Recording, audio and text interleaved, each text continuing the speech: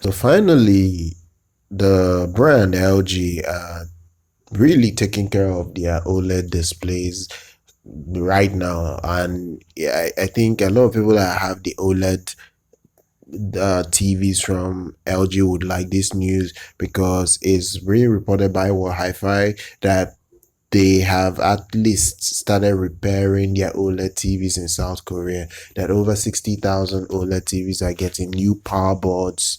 They are already getting fixes for any issue, at least major issue that can spoil your display.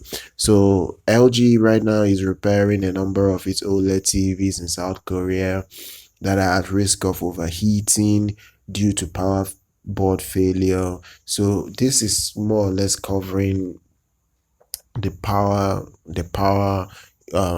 overheating stuff on OLED display, because most of the time there a lot of their panels don't have good, or maybe I would put it, maybe a substandard power boards in them, so they tend to overheat and they go bad. So that's pretty much it. Now I don't know about longevity on OLED TVs generally because I've not really um owned one. So I don't know whether people complain of longevity for now. OLED really became a thing about 4 to 5 years ago.